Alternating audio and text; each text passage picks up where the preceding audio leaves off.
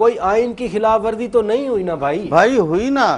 دیکھیں Lahore high court 4.5 سال کے بعد ڈیسیجن دیتی ہے, 4 سال کے بعد فیصلہ آیا تو انہوں نے کہا لیکن کہ ہم مانتے ہیں. ڈیسیجن انہوں نے یہی دیا کہ ایوان صدر سے جو سیاسی سرگرمیاں ہو رہی ہیں وہ آئین اور قانون کے خلاف ہیں. اس کے بعد نہیں. اس کا دوسرا مطلب یہی ہے کہ 4.5 سال تو 4.5 سال پہلے فیصلہ دے دیتے, آئین اور قانون کی خلاف ورزی ہوتی رہی. 4.5 سال پہلے فیصلہ دے دیتے, وہ اسی وقت مان لیتے. ایسی کیا بات ہے؟ 4.5 سال فیصلہ دے دیتے. ابھی میرا منہ نہ کھلوائیں. لاہور ہائی کورٹ نے یہ بھی کہا تھا کہ کالا باغ ڈیم تعمیر کیا جائے, پھر آپ کہیں نا کہ کروائیں, وہ بھی آئین کی خلاف ورزی ہے.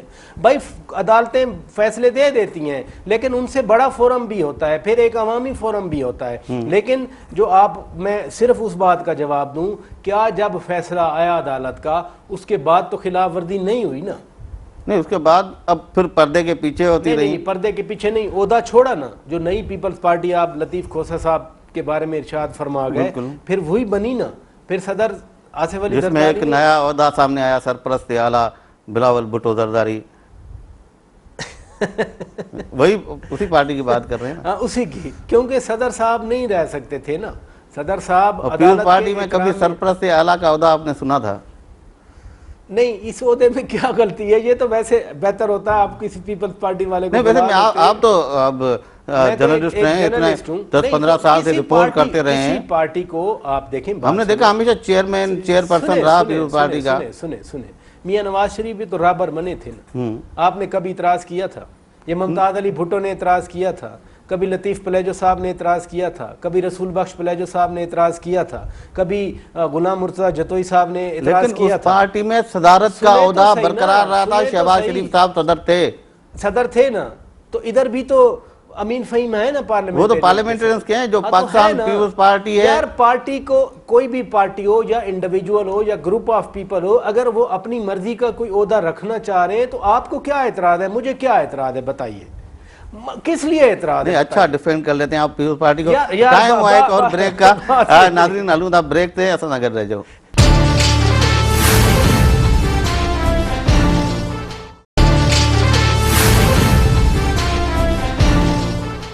ویلکم بیک ناظرین. راجہ صاحب, اب بات تو ایوان صدر کی ہو رہی تھی, صدارتی الیکشنز ہونے, نظر کیا آتا ہے؟ بازار تو یہی نظر آ رہا ہے کہ مسلم لیگ نون اور اس کے اتحادی وہ بہت آسانی سے یہ نشست جیت لیں گے. تو مجھے بڑی خوشی ہوگی کہ نہیں, ویسے جو ان کے پاس مجھے بڑی خوشی ہوگی اس سیٹس کی تعداد ہے, مجھے بڑی خوشی ہوگی اس لیے کہ ایک تو ملک میں اللہ تعالیٰ کا فضل ہے کہ جمہوریت پچھلی اسمبلی نے پوری کی, جمہوریت آگے بڑھی ہے. اور خوشی کی بات ہے کہ بجائے اس کے سازشیں ہوتی, بجائے اس کے کہ پھر بندے توڑے جاتے, شرفا کی پھر پگڑیاں اچھالی جاتی, پھر پیسے کا لین دین کا 14 کروڑ روپے کا کاروبار ہوتا. اس سے بہتر ہوا ہے کہ الیکشن ہوا ہے, جس کو مینڈیٹ ملا ہے, اور لوگوں نے ریزرویشن کے ساتھ ایکسیپٹ بھی کیا ہے ہارنے والی پارٹیوں میں. ہمارے ناظرین کو پھر مہران بینک یاد دلا رہے ہیں کیا؟ نہیں, مہران بینک ہو یا کوئی ہو, پیسوں کا کاروبار ہوا ہے 14 کروڑ روپے کی بات آپ نے کی نا. ہاں تو ہوا ہے نا. اب تو سپریم کورٹ نے کہا ہے, میں اپنی طرف سے تو الزام نہیں. تو جب یہ سپریم کورٹ کا حکم بھی آ گیا, بیٹھے تھے اقتدار میں بھائی لوگ, انہوں نے کچھ کیا کیوں نہیں؟ کیا کرتے بتائیے؟ پھر سپریم کورٹ کے بعد احکامات تھے, اس پہ عمل کرتے, ایف آئی اے کی ٹیم بناتے. آپ سپریم کورٹ انفورس کروا لے نا. سپریم کورٹ پاس ہمیشہ ہوتا ہے نا اختیار, اور سپریم کورٹ کال آرڈر کر دے کہ ہمارا فیصلہ تھا اس کو انفورس کیا جائے. ویسے سپریم کورٹ کے کہتے رہو, جب خود آپ کی کورٹ میں گیند آئے تو پھر کہو کہ آپ سپریم کورٹ کرا لے, آپ کچھ کریں نہیں. دیکھیں نا, سوئس حکومت کو خط لکھوایا نا سپریم کورٹ, بالکل لکھوایا نا, انفورس کروایا نا, ادھر بھی کروا دیں, میں منع کر سکتا ہوں, آپ میری ضرورت ہے. نہیں, جو حکومت میں بیٹھے تھے پہلے تو چیختے رہے, محترمہ نے کہا کہ ہمارا مینڈیٹ چرایا گیا, اور جب سپریم کورٹ نے بھی یہ بات, پہلے چیختے رہے, محترمہ نے کہا کہ مینڈیٹ چرایا گیا, محترمہ غلط بات کر رہی ہیں. بالکل ٹھیک کہا انہوں نے, تو پھر سپریم کورٹ نے اس پہ تصدیق کی مہر لگا دی. آپ ایک لفظ کہہ رہے ہیں چیختے رہے, اس کا تو معنی ہی منفی ہوتا ہے نا, تو آپ تو منفی سمجھ رہے ہیں اس بات. میں کہہ رہا ہوں جو محترمہ نے 90 میں بات کی تھی, جو محترمہ نے 90 میں بات کی تھی, جو وائٹ پیپر چھاپا تھا کہ الیکشن واز اسٹولن, وہ تو آج آپ کی سپریم کورٹ میں درست ثابت ہوا ہے. میں وہی کہہ رہا ہوں, آپ چیخنے والی بات کر رہے ہیں بھائی. میں کہہ رہا ہوں اس کے بعد عمل کرتے نا, سپریم کورٹ نے احکامات دے دیا, آپ جو ذمہ دار تھے ان کو تو ان کے ابھی خلاف کارروائی انفورس کروا لینا. وہ حکومت ان کی جا رہی تھی, پرائرٹی اور تھی بھائی. انہوں نے الیکشن سنے حکومت جانے والی تھی, دن پورے ہونے والے تھے, لوگ الیکشن میں جا رہے تھے, پرائرٹی ڈیفرنٹ ہو سکتی ہے کسی حکومت. اچھا جواز کیا ہے 2 مہینے پہلے ان کے خلاف فیصلہ ہے, یہ کیوں امپلیمنٹ کریں گے؟ ان کے خلاف فیصلہ ہے نا, یہ کیوں امپلیمنٹ کریں گے؟ بات یہ ہے کہ وہ جو اقتدار میں حکومت نہیں ہے. سپریم کورٹ کا فیصلہ تو حکومت بقول آپ کے لازم ہوتا ہے نا, تو یہ کر دیں نا. ان کے دور میں آیا ہی نہیں ہے سپریم کورٹ کا حکم, تو جس دور میں آیا تھا اسی دور کی بات کر رہے ہیں نا. ان کے دور دیکھیں یہ بات نہیں چلے گی. سپریم کورٹ کا فیصلہ ویلڈ پڑا ہوتا ہے, ٹھیک ہے, ویلڈ پڑا ہوتا ہے. وہ آج ویلڈ انفورس کروا لینا. آپ 2 پروگرام کر لیں کہ سپریم کورٹ کا فیصلہ تھا کیوں عمل درآمد نہیں ہو رہا, میں بھی آپ کے ساتھ بیٹھ جاؤں گا. نہیں تو پھر چلے جائیں نا, سپریم کورٹ میں چلے جائیں کہ آپ نے یہ حکم دیا کیوں امپلیمنٹ نہیں ہو رہا. جو ایگری پارٹی ادارے وہی جائے گی نا. جائیں ان کو بھیجیں. میں تو نہیں ہوں, میں نے تو پٹیشن نہیں کی تھی. اصغر خان سے کہیں نا چلا جائے نا, پیپلز پارٹی چلی جائے نا. اصغر خان کی پٹیشن تھی, پیپلز پارٹی نے تو پٹیشن نہیں دی تھی. کم آن یار, پیپلز پارٹی نے petition agree, party was not Peoples Party, وہ اصغر خان نے پٹیشن. لیکن مینڈیٹ تو پیپلز پارٹی کا چرایا گیا تھا. پارٹی تو خود بھی اس وقت چلی جائے, پیپلز پارٹی نہیں گئی. پیپلز پارٹی نے اپنا فیصلہ عوام کی عدالت میں رکھ دیا تھا. عوام کی عدالت نے 3 بار پیپلز پارٹی کا جو شکایت تھی وہ دور کر دی تھی, ٹھیک ہے. پیپلز پارٹی نے ہمیشہ اپنا معاملہ عوام کی عدالت میں رکھا ہے. عوام ہے جو پیپلز پارٹی کا. اس دفعہ عوام نے نہیں ووٹ دیا, ٹھیک ہے, انہوں نے قبول کیا. سندھ میں ووٹ دیا انہوں نے جناب. آپ کہہ رہے ہیں عوام نے ووٹ نہیں دیا. صدر زرداری صاحب کہتے ہیں کہ بہت بڑی داندلیاں ہوئی ہیں لیکن ہم قوم اور ملک کی خاطر چپ رہے ہیں. آپ کہتے ہیں عوام نے ووٹ نہیں دیا, صدر صاحب تو کہہ رہے ہیں داندلی ہوئی. صدر صاحب نے تو ایکسیپٹ کیا ہے نا فیصلہ, وہ تو ملک اور قوم کے مفاد میں وہ کہہ رہے ہیں کہ ہم قبول تو کرتے ہیں لیکن داندلی ہوئی ہے. انہوں نے کہا ریزرویشن کے ساتھ ہم قبول کرتے ہیں. تو آپ کہہ دیں کہ دھاندلی نہیں ہوئی, آپ کہہ دیں, ادھر ہی بیٹھ کے کہہ دیں, میں بات ہی نہیں کرتا. دھاندلی سندھ میں تو بہت زیادہ ہوئی ہے, آپ کہہ دیں باقی جگہ نہیں ہوئی. آپ کہہ دیں دوسری جگہوں پہ تو ہم نے نہیں دیکھا. آپ کہہ دیں کہ باقی جگہ پہ نہیں. وہ کیسے ہم کہہ سکتے ہیں, اس لیے کہ دوسری جگہوں میں میں گیا نہیں. آپ کہہ دینا کہ نہیں ہوئی, میں چپ کر جاؤں گا, بات ختم ہو گئی.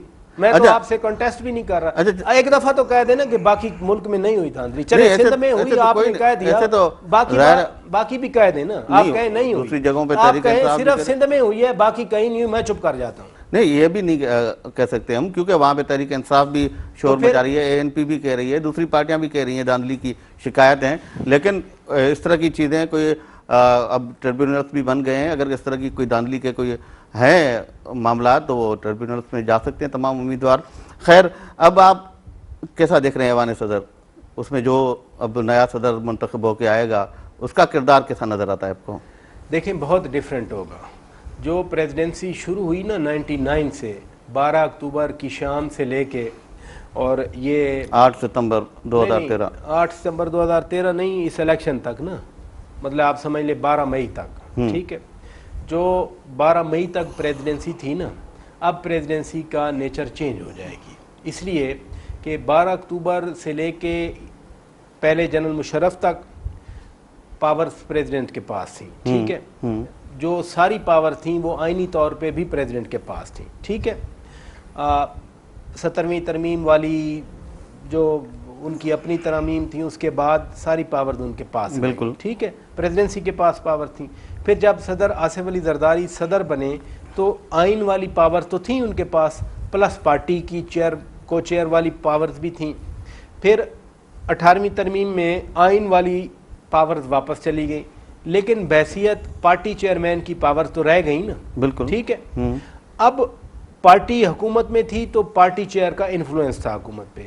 اب پارٹی کی حکومت چلی گئی, میاں صاحب جو پاور آصف علی زرداری صاحب کے ہاتھ میں تھیں بطور پارٹی چیئرمین, اب وہ میاں صاحب کے پاس پارٹی چیئر والی پاورز بھی ہیں اور پرائم منسٹر والی بھی ہیں, آئین والی پاورز بھی ہیں نا. لیٹ می پٹ ان دس وے کہ آئینی پاورز بھی ہیں اور پارٹی کے پاورز بھی ہیں. لہذا جو ایلیویٹ ہو کے جائیں گے, مثلا غوث علی شاہ صاحب چلے جاتے ہیں, میں ابھی اور کوئی نام نہیں لے رہا, میں آپ کو ایک ہی نام لے رہا ہوں, غوث علی شاہ صاحب چلے جاتے ہیں. تو غوث علی شاہ صاحب محترم ہیں, اکراس دا پارٹیز ان کی ریسپیکٹ ہے, بالکل, ایسے ہی بندہ گلہ کرے مناسب نہیں لگتا, ٹھیک ہے. صدر مملکت کے عہدے پہ سوٹ بھی کرتے ہیں, وہ بزرگ ہیں, پڑھے لکھے ہیں, جج بھی رہے ہیں, پھر پالیٹکس میں انہوں نے قربانی بھی دی ہے, ابن الوقت نہیں بنے, ضمیر فروش نہیں ہیں, وہ چلے جاتے ہیں. تو ایک ایوان صدر پہ بیٹھے شخص کا ایوان صدر میں بیٹھے ایک بزرگ سیاستدان کی حیثیت سے ان کا احترام تو ہوگا صدر مملکت کا، پاور نہیں ہوں گی، پاور ادھر ہوں گی پی ایم کے پاس نا. تو یہ ڈیفرنٹ پریزیڈنسی. یہ 5 سال جو ہیں وہ ہم ایک طاقتور وزیر اعظم دیکھیں گے، اب طاقتور صدر نہیں ہوگا ملک میں. میں کہتا ہوں کہ یہ 5 سال نہیں، اب ہم سمجھتے ہیں کہ پاکستان میں جمہوریت رہے گی، پارلیمنٹ برقرار رہے گی. بیسک جو ہے نا پاور کا سرچشمہ وہ تو ہے پارلیمنٹ. نہیں پھر کوئی پارٹی سربراہ منتخب ہو کے آ سکتا ہے نا ایوان صدر میں. پاورز تو نہیں ہوگی نا. نہیں، لیکن جس طرح زرداری صاحب پاور نہ ہوتے ہوئے بھی پاورفل تھے. کوئی پارٹی کا صدر یہ پھر پسند نہیں کرے گا کہ وہ آئین کی پاور چھوڑ کے پرسنل پاور پہ جائے نا. صدر آصف علی زرداری ایک ٹرانزیشن فیز میں آئے. ٹھیک ہے، تھوڑا سا آپ اگر سمجھیں تو خود بھی آپ ذرا سمجھ جائیں گے. ایک ٹرانزیشن فیز میں آئے. اگر آج پیپلز پارٹی جیت چکی ہوتی، آج پاور میں آئی ہوتی، پرائم منسٹر کوئی اور بنتے، تو کیا آپ سمجھتے ہیں کہ آصف علی زرداری صاحب ایوان صدر کی خواہش کرتے یا پی ایم بننے کی خواہش کرتے؟ یقینی طور پر ہم انسان ہیں نا، سب انسان ہیں. آصف علی زرداری ہوں یا میاں نواز شریف ہوں، انسان ہے نا بیسیکلی.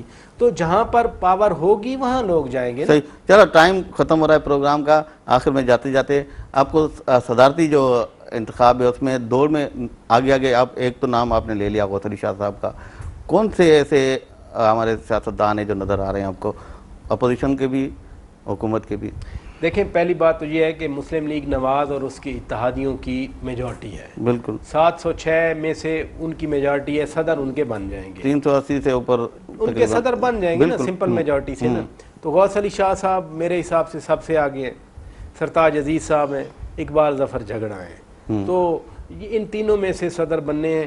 زیادہ مجھے لگتا ہے غوث علی شاہ صاحب ہیں، کیونکہ میاں صاحب کی بڑی خواہش ہے کہ سندھ میں ان کا اثر و رسوخ بڑھے، سندھ میں ان کا انفلوئنس ہو، سندھ میں ان کی پارٹی بڑے پھلے پھولے، ان کے اتحادی وہاں سے جیتیں، یا مسلم لیگ نواز خود ہی. یہ بڑے میاں صاحب کا آپ نے دیکھا کہ پچھلے دور میں جتنے دورے انہوں نے سندھ کیے انہوں نے پنجاب پختونخوا یا بلوچستان کے نہیں کیے. اپوزیشن میں کوئی نام نہیں، نام تو خیر، لیکن وہ بنیں گے نہیں نا. تو پھر ایسے ہم اسپیکولیشن کریں فائدہ نہیں. چلیں، بہت شکریہ آپ کا، آپ نے جوائن کیا، آپ آئے، اپنے نیک خیالات سے ہمیں آگاہ کیا، ہمارے ناظرین کو بھی آگاہ کیا. آپ کا بہت شکریہ. آپ کا ناظرین